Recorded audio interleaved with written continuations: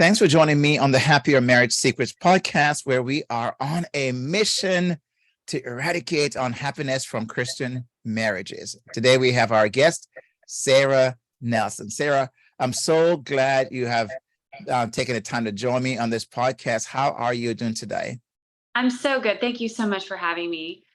Awesome. Great. One of the ways, Sarah, that we will accomplish our mission is to have guests like you who share your story and our expertise to help our audience acquire, I believe, skills and learn from what is shared so that they can have happier marriages. Before we talk about what you are doing today in your life and what was the story that you have about marriages, even today, I want to ask you, growing up, what was a story that you had about marriages and where did that come from? Well, I was very fortunate because I grew up with Christian parents in a Christian home, and they are still married to this day. I believe they will be celebrating their 40-something anniversary, maybe 47th. No, 49th anniversary, actually. And so I had a healthy example of marriage. And I know that I'm very fortunate. I know that that is a blessing. I know that there are so many people nowadays that don't have that example. And so, I watched my parents have a Christian marriage, have a relationship founded on Christ. That doesn't mean it's always perfect. And I think the older we get, we realize, wait, they didn't have that figured out like I thought they did, or oh, their personalities are different than my marriage now. And you kind of have to figure out how to navigate that within your own marriage, which is really so much of the topic that we're talking about today. But my husband also had parents who were married until his mother passed away in 2016. And so they had been married 47 years as well. And what I like to just bring to that is you have two people from Christian homes who are very, very fortunate to come together in marriage with two wonderful, godly examples of marriage. And we thought we had it all figured out, right? And even though both of us had a great example of the model of a Christian marriage, that didn't make marriage easy. We still had to work at it, and we still work at it. We just celebrated our 22nd anniversary. Congratulations. So it is a testimony to our parents when we can say we have parents that are still married and we were raised with a wonderful example of marriage. But sometimes people think that, or I thought, well, I have that example. We know what we're doing here. And there are some things that we learned that were healthy, obviously, but there were a lot of things that we had to learn for ourselves. And that still takes a lot of work. So I just want to put that out there because I don't want anyone to think like I did, to think, oh, this is going to be easy. This is no big deal. We know what we're doing here, because pride comes before a fall. And we really have to make sure we don't set ourselves up for that. Did you find, before I even ask this question, so as you watched your parents growing up and in that environment you described, Sarah, were there distinct roles that you recognized from both your mom and dad? And how did you tell what the roles were, if you were, as you watched their marriage? Yes, they were. It was a fairly traditional marriage. My father was the breadwinner.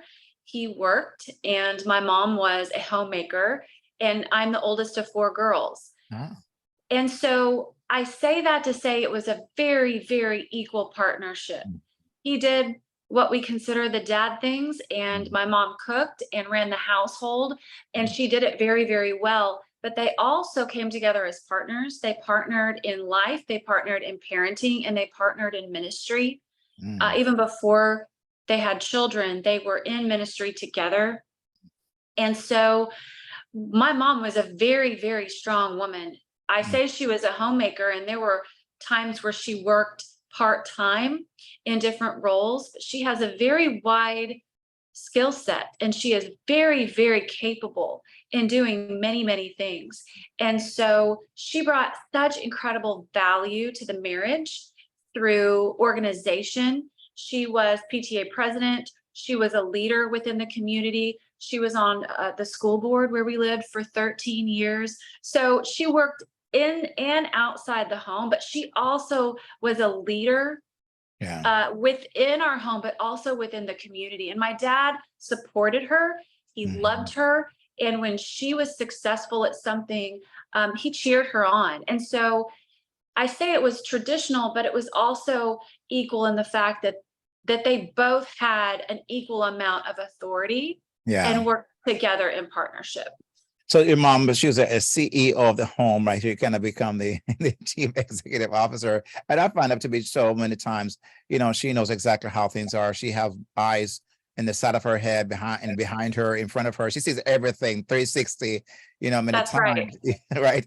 Whereas many times we guys are pretty much oblivious. We're just kind of, forward. That's all we see, all what's ahead of us, and that's it. And very short-sighted as well. So thank God for wives to bring that to the table for us. So you had that, your husband also had it coming in. So when you guys started dating and kind of knowing so much about the idea of of marriage, and so did you see the need for any premarital counseling or any mentorship before you start getting married? Because you know so much at this point, right?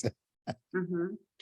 Yeah, right. Or we thought we did. Yeah. So Yes. we did go to the pastor at my home church, which was my youth pastor at the time, and he did some premarital counseling. It was not very thorough. I do think he saw two kids coming in thinking, oh, they come from good homes too. So it wasn't a very thorough vetting. We actually came in with this marriage workbook. It was this thick Christian marriage book workbook that we found, I believe, at a family bookstore at the time, and it was highly recommended. And so we went through that workbook together, and we were able to check all the boxes. Did we believe the same things? What did we believe about our view of marriage? What roles did we want to assume?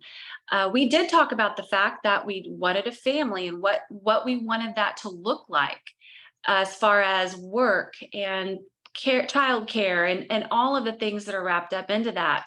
So we aligned in all of the major important core beliefs.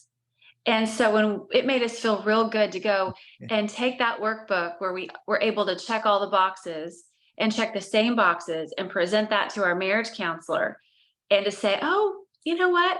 We've got a great start. And you know what? Our parents did give us a great foundation. Yeah. They really did. Yeah. But I would say we had it. It was not great.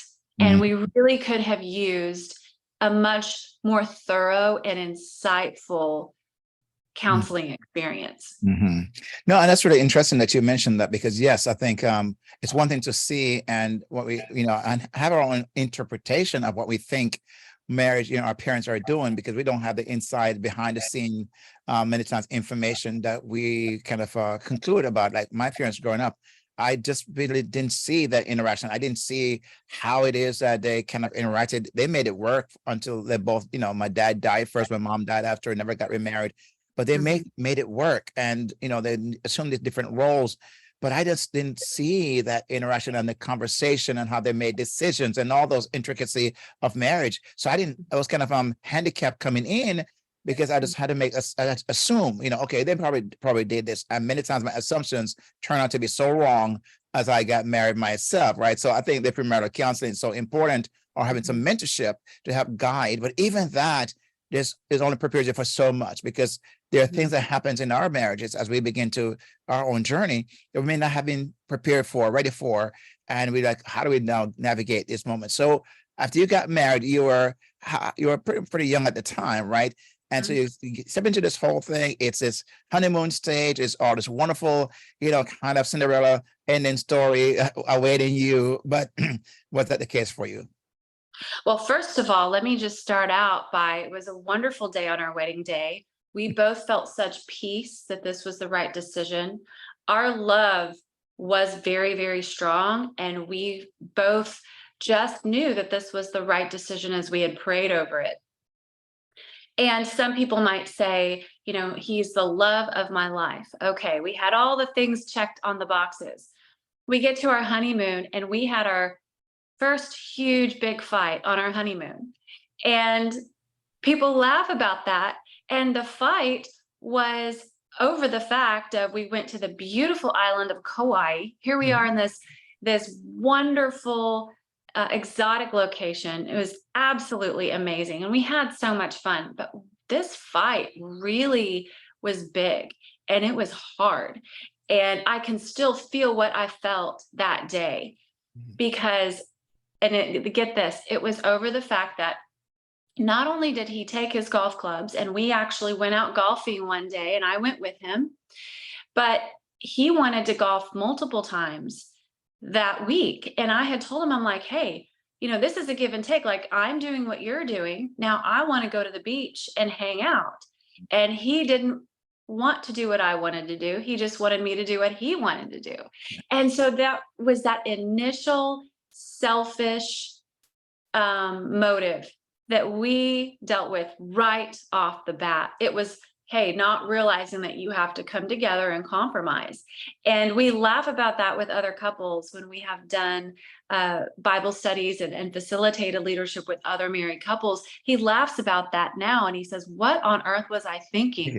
He said, what were your thoughts? I'm just curious here for a second. What were your thoughts at the moment? And you recognize that this is kind of going like different direction because what you're planning for, hoping for, expecting wasn't turning out. And he's wanting to do that. What were your initial thoughts about the possibility about this relationship, this marriage, and the future?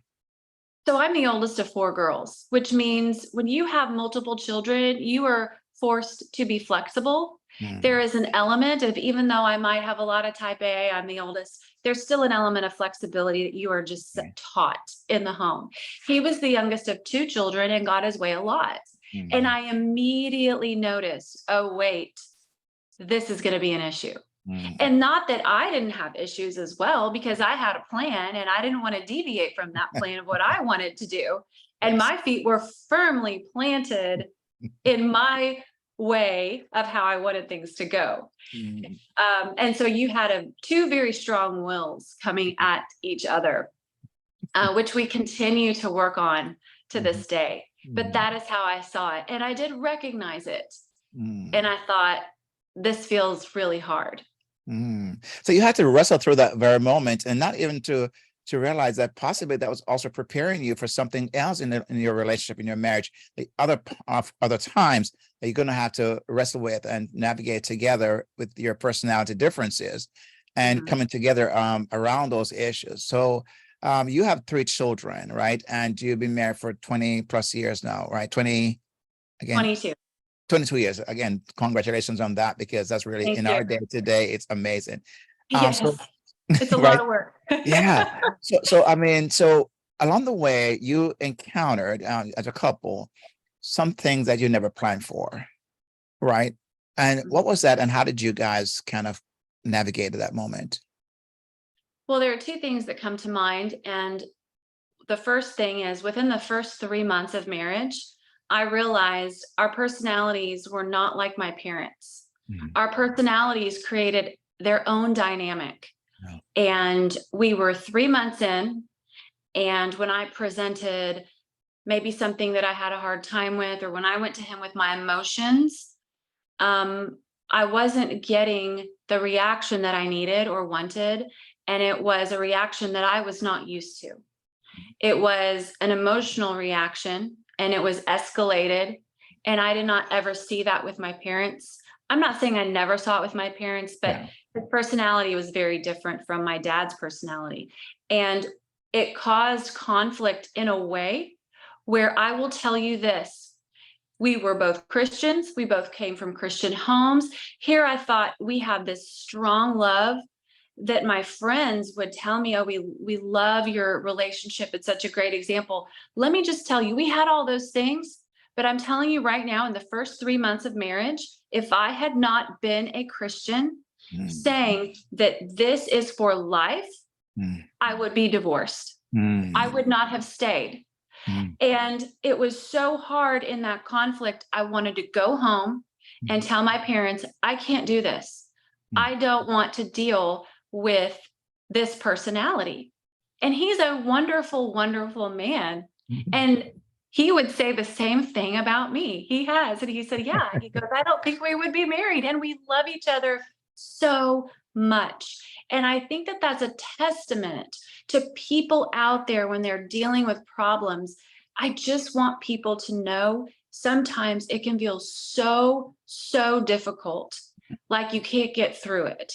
Yeah. And sometimes it just takes that commitment to know we have to work through this because that's what God calls us to do.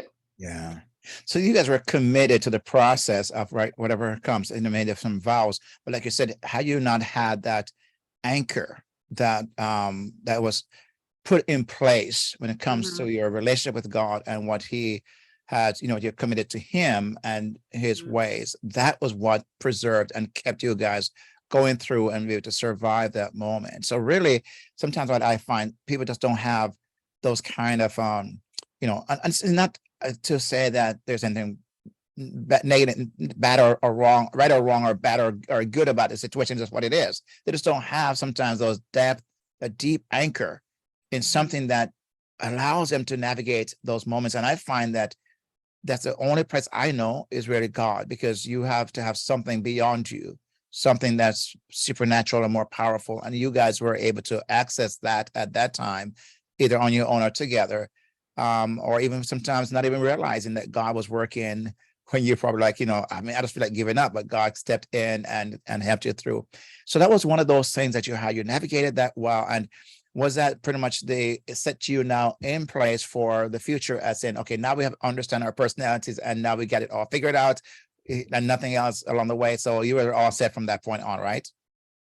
Well, what we realized was we needed community. And so what we put in place was the beginning of how we work on our marriage. And the first step we took is that we got involved in our church in a young married class.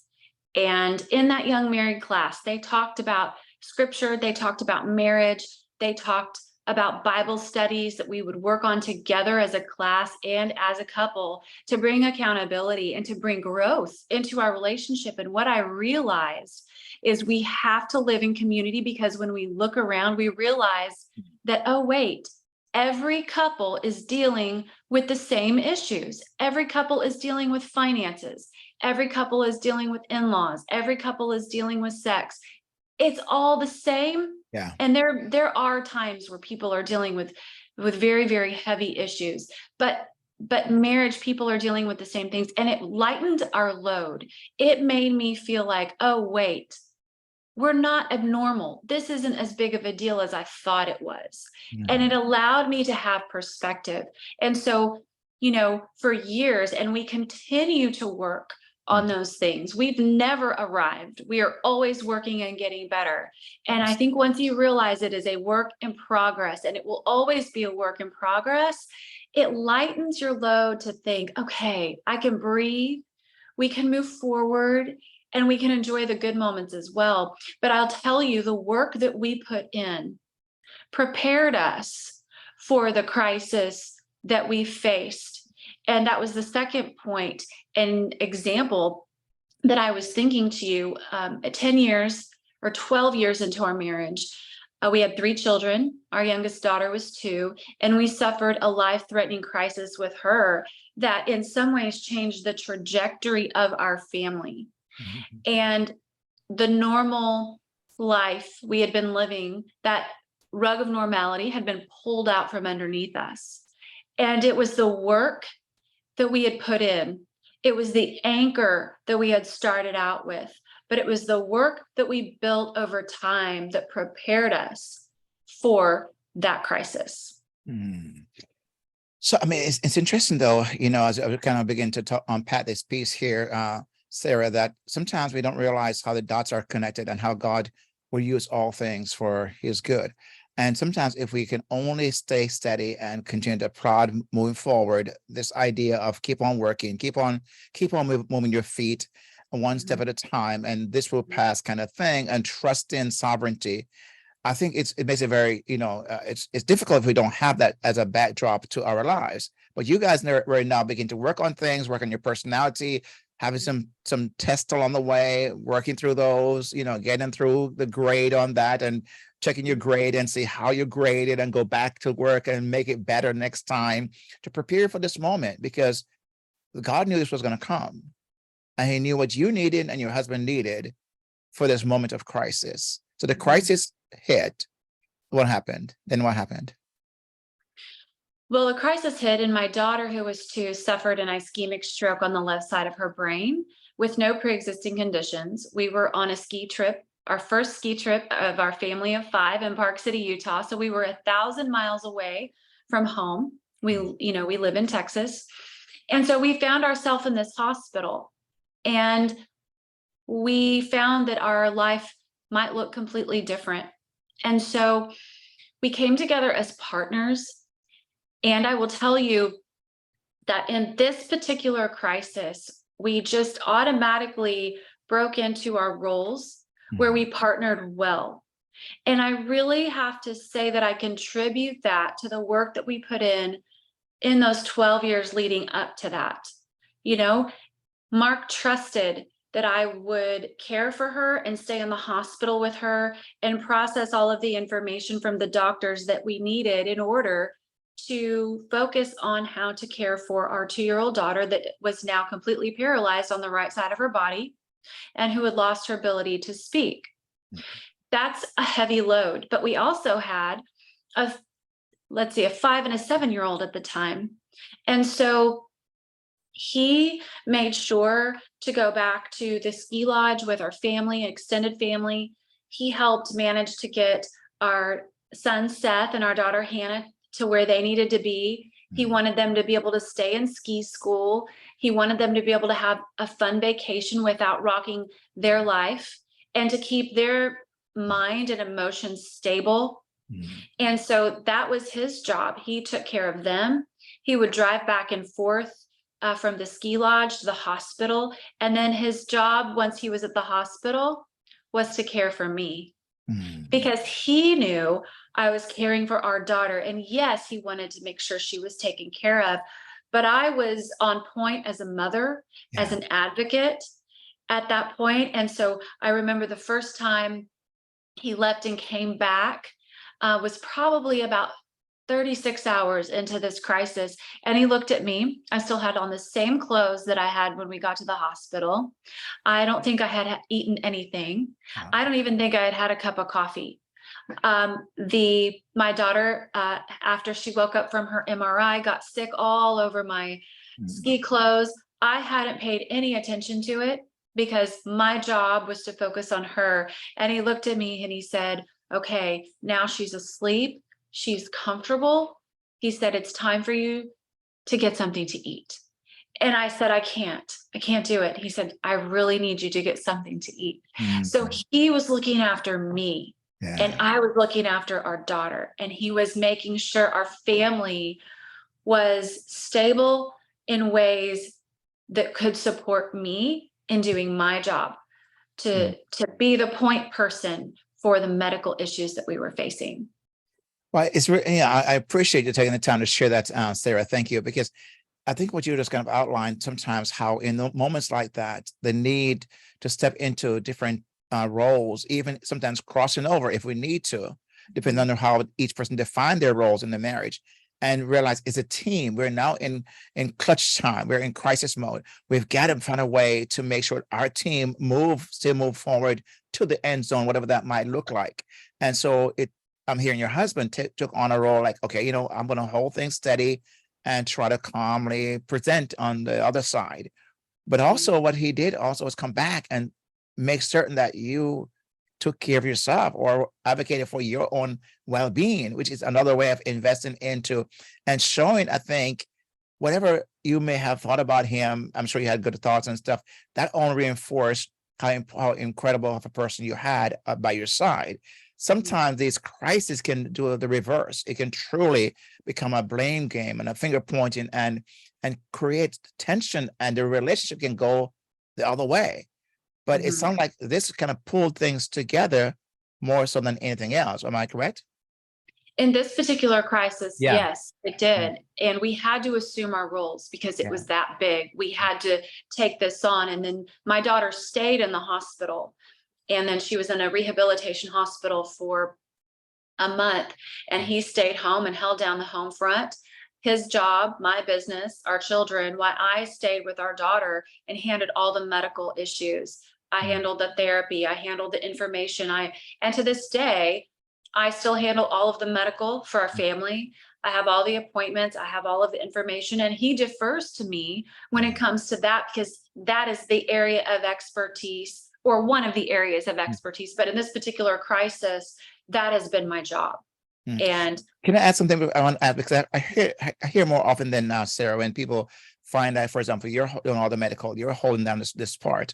Sometimes I find that one spouse may say, why do I have to do all of this? Why is it that it all lands on my lap? Even though they're very capable, they have the skill set, but sometimes they will say, yeah, but I'm tired. I mean, I just want to have somebody take over some of these roles. Like, for example, one spouse may say, why do I have to always plan our vacation? Why do I have to always look for this? So there's always idea, because they've constantly, and they're better at it, but somehow they get to a point where they feel like, okay, I don't want to be doing this anymore. But you took on that role. You mentioned about your skill set, and you continue to do that. Does that ever cross your mind? No, because I like having control of it. And it's not a control issue. It's just that I'm dealing with my child and her well-being. And as a mother, I have a mother's gut and a mother's intuition, which is a gift from God. And there have been things that because I was in the hospital with her from the beginning, and through the process, now she's almost 12. There are things over the years that I have seen and I have picked up on, that he is a very nurturing, wonderful father. But and fathers are wonderful caregivers too. But there are things that I picked up on as a mom that dads may not pick up on as quickly, or things that I see in my intuition that I've said, we've got to tackle this. And I've had the space in our relationship. I have had jobs, I have had businesses, but I've also worked mostly part-time, and he is the breadwinner. So it gives me the time to focus on it. And it's a full-time job when you're handling something like that. So for me to pass along information to him, is he capable? Yes. Have I filed it away so that if something were to happen to me, he would know where to go to and how to access it? Yes, he is more than capable. But right now, it's so much information. It's just better for me to do it, and it's easier. And I want to know, and I have all the history to understand it. So that's kind of where I come in on that. I will tell you, there have been other crises, and I say crisis, difficult times, where we have played the blame game.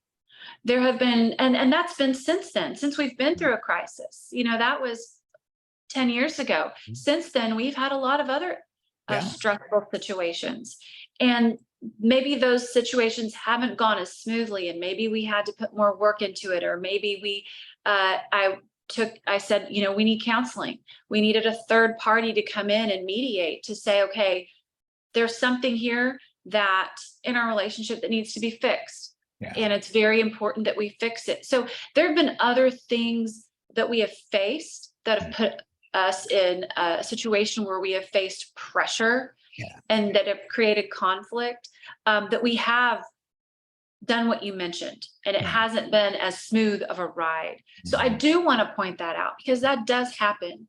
But in the crisis with my daughter, it was really nice to see and experience a supernatural kind of way that we were able to assume those roles. And again, I just want to say it was because of the work and the anchor that we had placed in our lives beforehand.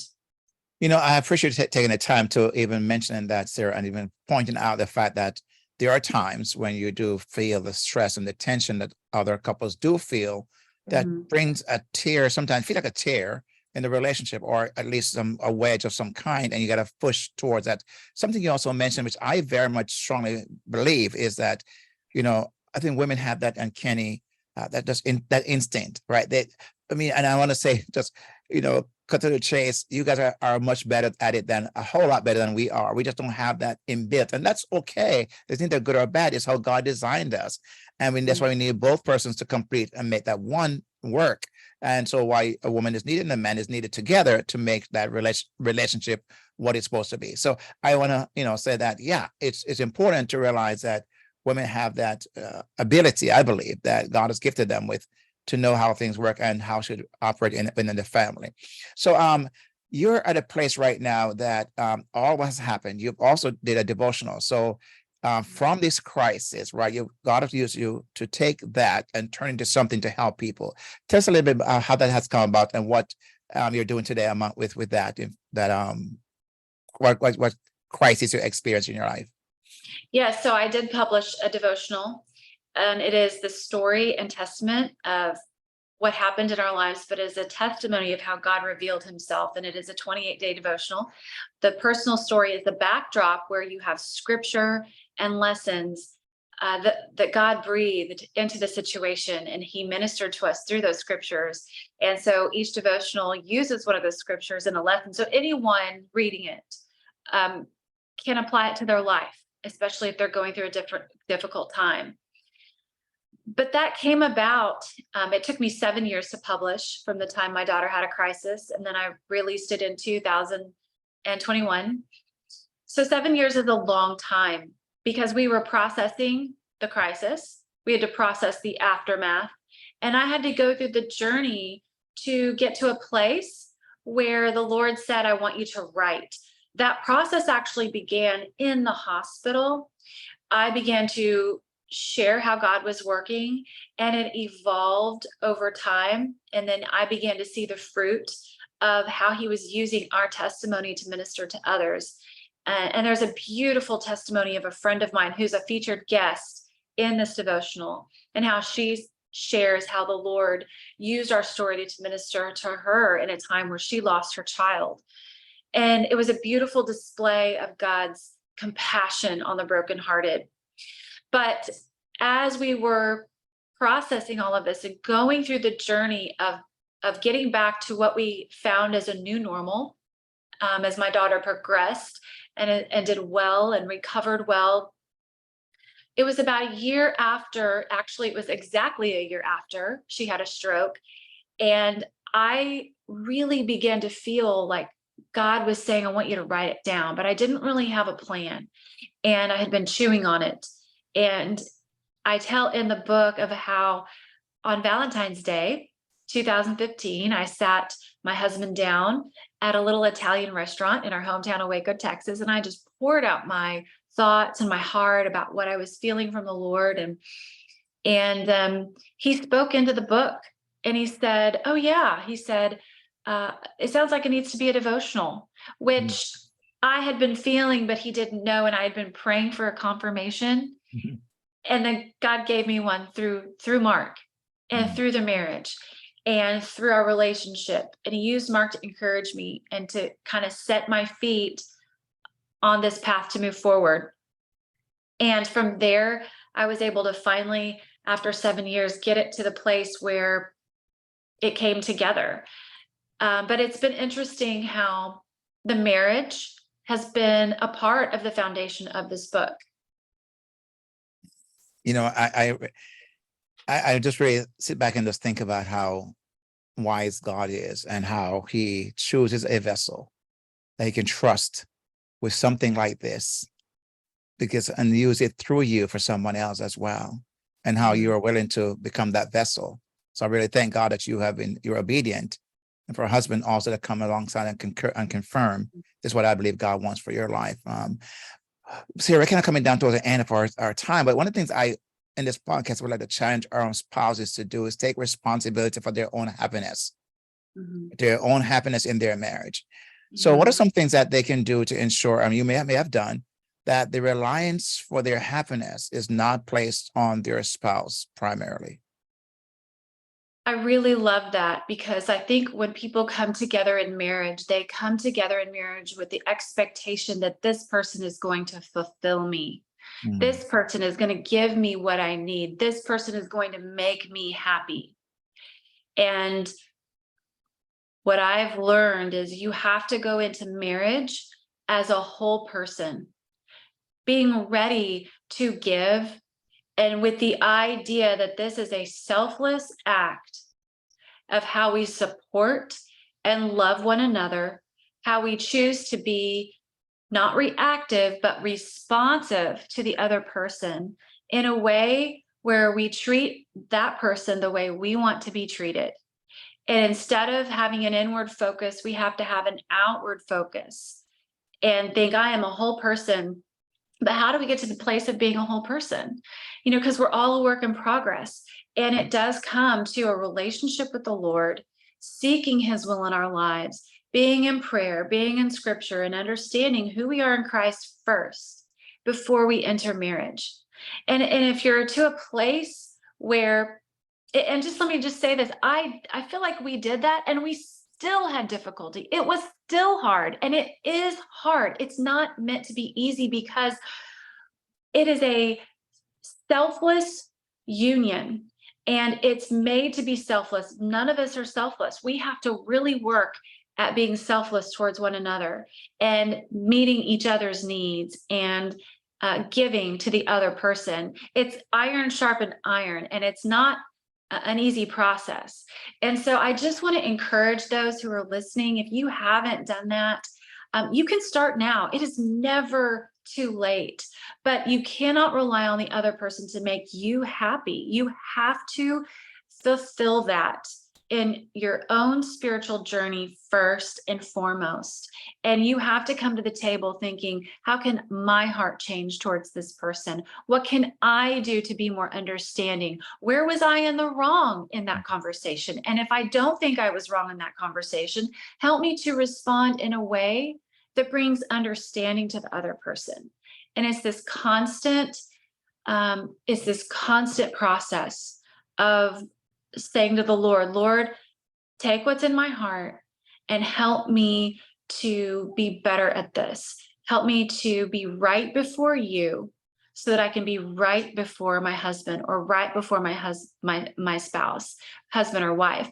And so one of the things, though, when we talk about crisis that I think is really important in the aftermath in marriage, I don't want to paint too rosy of a picture, because even though I felt like we handled that in a partnership together well with our daughter, there are still glitches and there's still things you have to work through. And so if someone is going through crisis, I just want to point out that, men and women process crisis differently.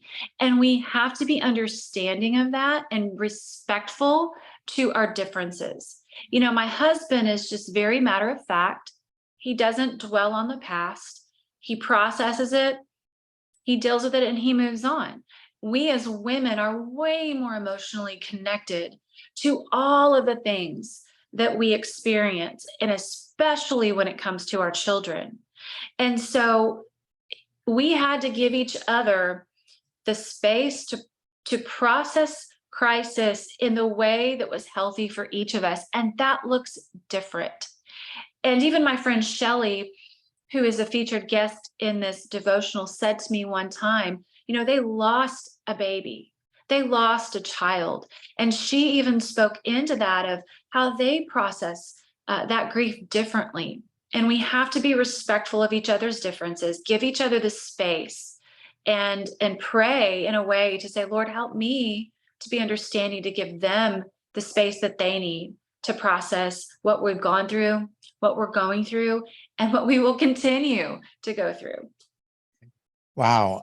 Let me just say, as you're listening, I want you to rewind and go right back to when Sarah began to share about crisis and how it looks different sometimes on the other side, because I think she deposited some nuggets that I think is so important that you want to go back and just parse through and listen and pause if you need to, and just meditate and reflect on what she just said, because she really unpacked, I believe, the equation that really helps you to navigate crisis. I want to thank you for taking that time, Sarah, to touch on some very important topics just now that I believe summarize basically that relationship.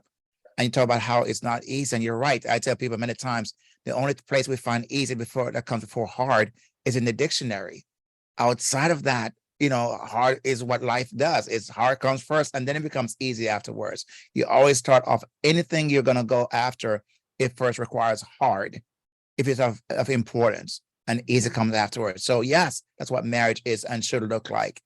Sarah, someone is listening today, is like so drawn to all you're saying. And they're looking for, yes, we're going to have the link to where they can find the devotional. and they want to know more about you and what is it that possibly they could I'm not sure if reach out to you and stuff, where would they do that? And what could they expect if they did? They can go to my website. It is sarah.nelsonblog.com, and they can reach me, email me, get on my social media, message me through social media. I love to hear people's stories and connect with those who are listening. I like to hear what people are going through, and I do like to respond to those who are seeking help, seeking advice, or just wanting to say, hey, you know what, I went through the same thing and I relate to what you're saying. And I love to hear, from others on that. They can also go to Amazon. There's also a link on the website to purchase the devotional, but they can go to Amazon. The devotional is A Perfect Storm, Devotions During a Crisis. And they can also see areas where I speak. And I do have places where I will be speaking this next year. And it's just fun. I love the community of people who listen. Awesome. And I have all the links, of course, you mentioned sarah.nelsonblog.com. We have the links to the book and Amazon, and also it's on your website as well. But I want to encourage you, as you're listening today, you only have just, pull back a brief part of the curtain and let us in. I'm sure there's a lot more there. So I want to encourage you to connect with Sarah, go to her website, and also, share some story with her, because she would be a great resource for you, or connect you with other resources as well. Sarah, is there any one last thing? I know you said so much today. I mean, especially the last piece you just shared was so, I think God ordained. It was just so powerful.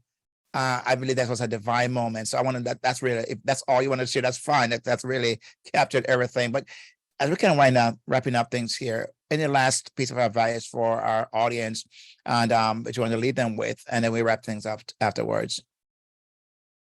The one thing I would tell them is, if you are going through a hard time in your marriage, seek help. Don't try to do it alone. Find a healthy Christian community. Reach out to a church. Reach out to someone that you trust, someone that can pray with you. Prayer is powerful and community is powerful. God intends for us to do this with other people. And like I said before, when I was this young newlywed, I was thinking this isn't going to work. And it was our small community of Christians that made me realize, oh, wait, they're dealing with these issues too. And we could laugh about it and bring perspective to it, and bring humor to such stereotypical issues. But I will say, if you are in an abusive situation, if you are dealing with things that are much heavier today than we've talked about, seek help. That is not what God intends. And there will be people out there that we can reach out to. Amen. Sarah, wow, this was so rich, and I could go on and on. There's so many things, and but I tell you that you kind of brought into the episode, to the podcast, what I think was needed. And we prayed about, and believe God can, and he answered what a person on the other side is listening to right now, because that's what they needed to hear. So thank you so very much for taking the time out of your schedule to be here to record this episode with us today. And I'll make sure I have all the links there in the episode. So thank you again for being here. And we're going to wrap things up here. So as you're listening today, make sure you connect with Sarah, and also the links will be in the show notes. But also go back to that part I described earlier and just replay that. Listen, and just listen, pause. Because she said some very important things I don't want you to miss. And so that, I believe, what God wanted to hear today. So thank you, Sarah, for being here. That said, to my community, at the Happier Life community, we'll talk to you very, very soon. God bless.